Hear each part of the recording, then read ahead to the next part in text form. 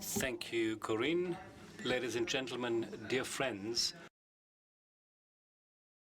I'm really happy to introduce you to the following session during the Corona event. Now it's become an annual tradition that we've got this art session, and we had one in Berlin, then artificial intelligence afterwards, and Alan Curtis afterwards in Salzburg about the different futures of capitalism, and then last year from someone from Tirana about Europe. Jürgen Habermas said that Europe is a cosmopolitical union, and this year about the new alliances. I believe in this context it is very important to mention Abraham Lisson, a philosopher from Martinique. He said that we have globalization, and it becomes more and more, say, drastic in terms of climate damage, which will worsen, and at the end of the day we will have a shortage or a deficiency of transnational dialogue. Therefore, I would like to say we need a global dialogue on a local level. You know, art is always playing an important role. Like Corinne said, an exchange is not always happening, and you said it, the big issues today, inequality, sustainability, these issues can be tackled only coming up with new constellations, new forms of cooperation, new alliances. And at the beginning, as you mentioned, Corinne and others, you talked about this year's art program, and it was about Anselm Kiefer. Now, he is wandering, if you like, between different aspects, and the most fundamental challenge is offered by him: alliances, new alliances, that is. I'm sure it is the history of an artist, male or female, of course, who have existed on this crossroads. Kiefer has painted a painting which I would like to mention, Hermann and Bers. So this is the place of crossroads or crossings where Anselm, creates the connection between earth and heaven. Iran's inertia, but also the one, and to create a kind of knowledge pool and combining alliances. Now, this is against forming alliances. In 1999, I visited Prigogine in Brussels, a big scientist, Nobel laureate at the time. He had just been working on a book which I read afterwards, and I can only recommend you reading it. It's Bitteschön and Isabel Spengers. It is a very unusual cooperation of a big scientist and a big philosopher. It shows that it is very important that we do not only wander between geographies, but also wander between disciplines. And Anselm Kiefer's work shows us that everything is connected. A few years ago, or a few months ago, rather, he was thinking about superstrings and, the missing letters, the string theory, the Gordian knot. And together, with Anselm, we talked about an important issue, i.e., the important pioneer of the string theory is mentioning or focusing on the connections, i.e., creating connections between things which do not belong together. So this refers to the disciplines, to the domains of knowledge, but also to new works or work. And Corinne mentioned it already. Whatever we do, Anselm always tried to find a connection between literature and art and poetry. And Ingeborg Bachmann is another name I could mention, or Walther von der Vogelweide. It has always been about this bridge, or the gap which we should bridge. Painting, material, craftsmanship, workmanship, all this is important. Mr. Kiefer always talks to the poets, and in Salzburg he has presented the new works which are being reviewed by Dr. Corinna, and Corinna is here. We're very happy about it, and as Corinna said, she is the curator-in-chief of the Pinakothek Museum in Munich. And John Chamberlain, they said, we created a special ambience in this museum, and for decades, she has been thinking and working regarding Anselm's work. And she said the world needs togetherness, not separation. Love, not suspicion. World needs love, not suspicion. The world needs a common future, not isolation. So this is the quotation. The world needs togetherness, not love, love, not suspicion, a common future, not isolation. And now a warm welcome to Corinna Thierolf, sorry.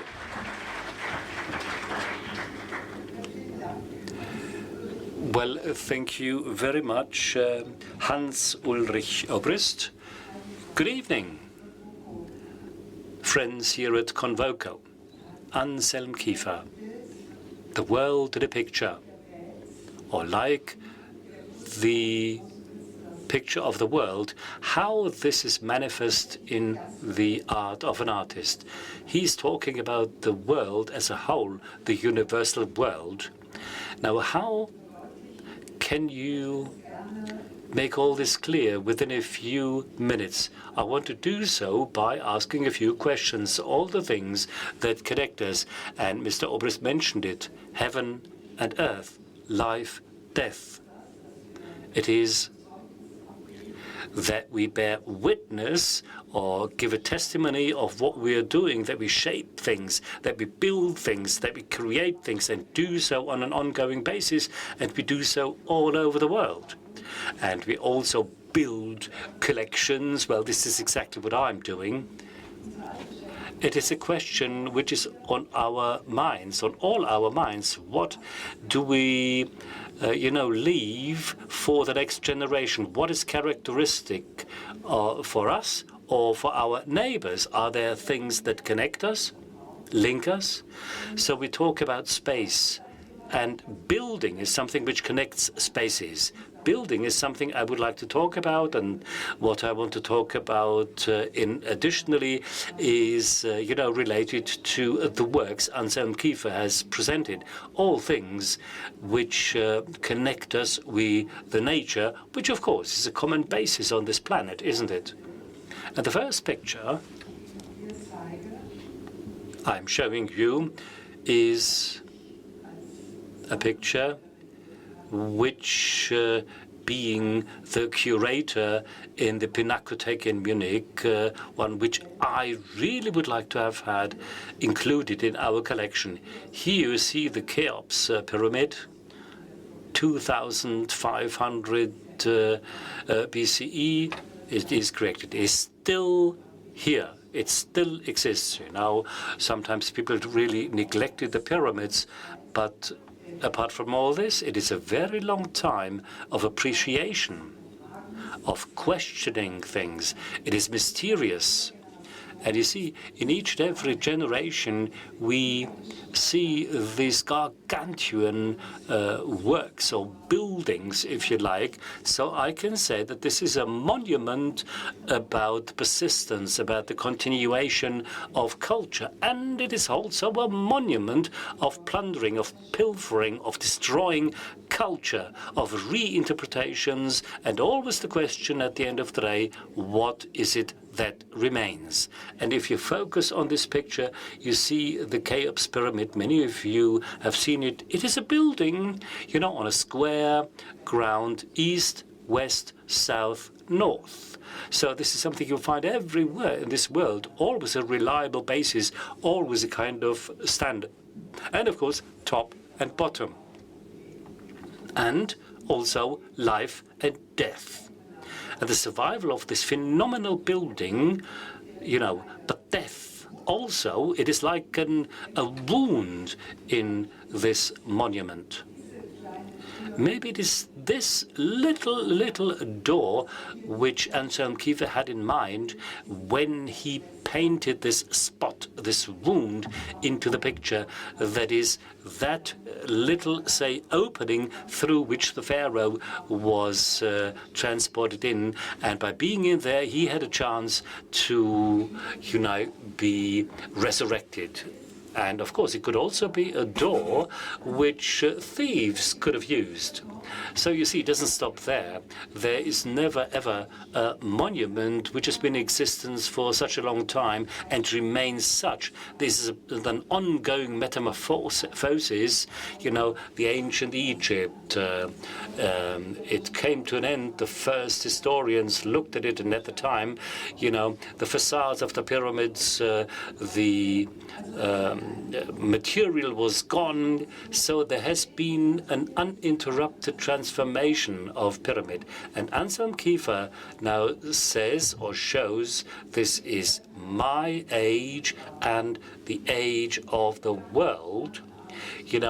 He connects us in one breath with the long time this pyramid has been with us and our age, and then the atmosphere, there's dust, it is dusky, almost an elegy of an atmosphere, and it takes us back 2,500 years. And Ingeborg Bachmann's verse, it takes us or brings us back to our present day lives. And again, it is another aspect taking us to our modern times. I really wanted to get this picture, but I couldn't get it, I must say. But then I had the great pleasure, Tadeusz Ropacz and others. They've been working together in several constellations. Oh, sorry, I have to go back one picture. So they've been in Anselm Kiefer's studio, and I found this picture there. And I was enormously interested in it because, these bricks, the ruins, what are we looking at? What is this landscape? Are we in a completely different part of the world? And I was quite, confused, flustered that there is no foundation, that all these parts and elements are floating somewhere. So this is the suggestion of age, and that this is possible, that this suggestion is possible, that it is floating around, swimming around. And when I listened to Anselm Kiefer, then I really was fascinated, because this works of art has been inspired by Anselm Kiefer going to India and saw brick manufacturing facilities, and there were craftsmen, operating these facilities. They go from one place to another place, see the loam in the ground, get it out of the ground, shape it into bricks, then it is burnt. And while this brick is being burnt, of course, the brick changes. And afterwards, it is put into the first, types of architectures or buildings, if you like. And I was fascinated by this. And of course, we also have seen a collection, meaning our time should be preserved. There's also a kind of new beginning there. So again, it is about traveling from one side to the other, from one pole to another. But this is not only beginning here, and this is typical for Anselm Kiefer. He was born in 1945, and he was coming up with these ruins, and it made an impression on him. He always talked about the fact that this was a kind of new beginnings for him, walking around these ruins in the mud, and he found many possibilities to play around with things, coming up with something new and find a material which doesn't really fit into the world which we are living in now. So this is age, new beginning, old new. I believe this is always reflected in these pictures. Anselm Kiefer always uses some kind of elements which are, say, characterized by different types of languages. And this is, and also the verse, of course. So this is Paul Celan's poems were used here.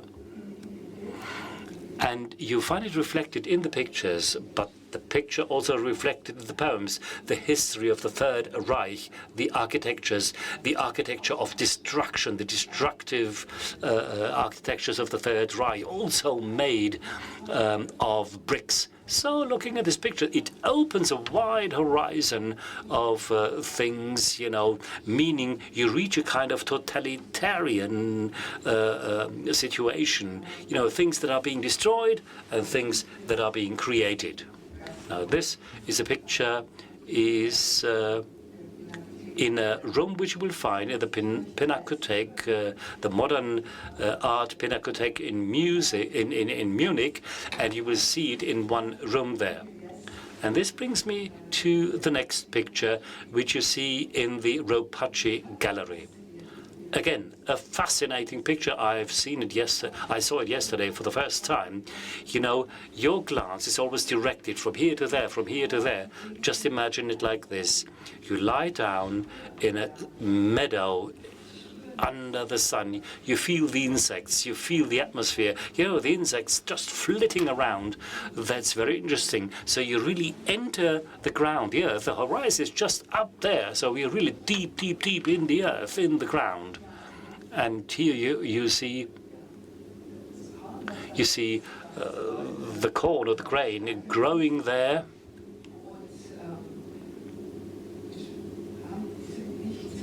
And again, there's a line of verse there. I brought something along. He called this nature, the nature. Anselm is always wandering around, looking here and there. And this means you have a very intense,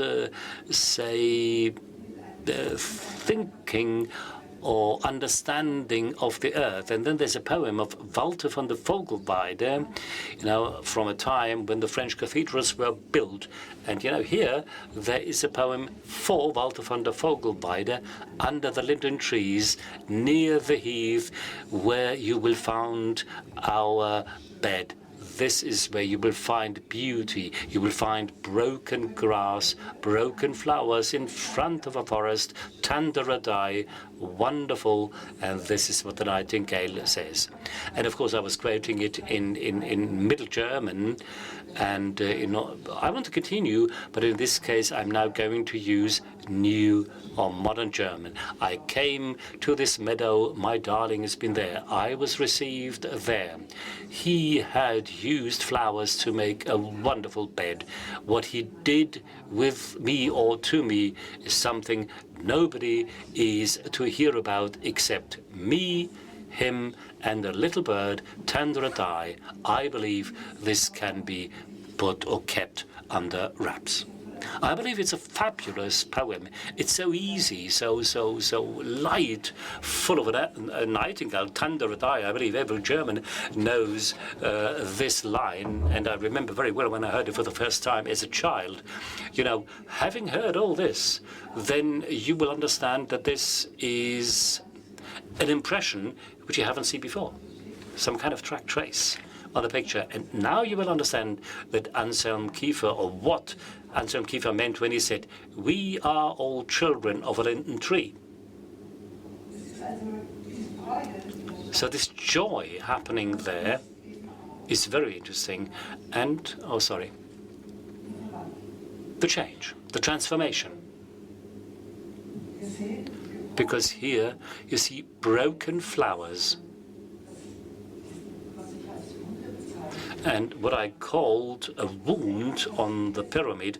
Now here you see it again, quite interesting, but something very, harmless happened there. There was a couple there, and therefore the flowers were broken. After this moment of bliss, suddenly death arrives, announcing a kind of ending, and this is what he says. Here is a kind of a sickle, a large sickle.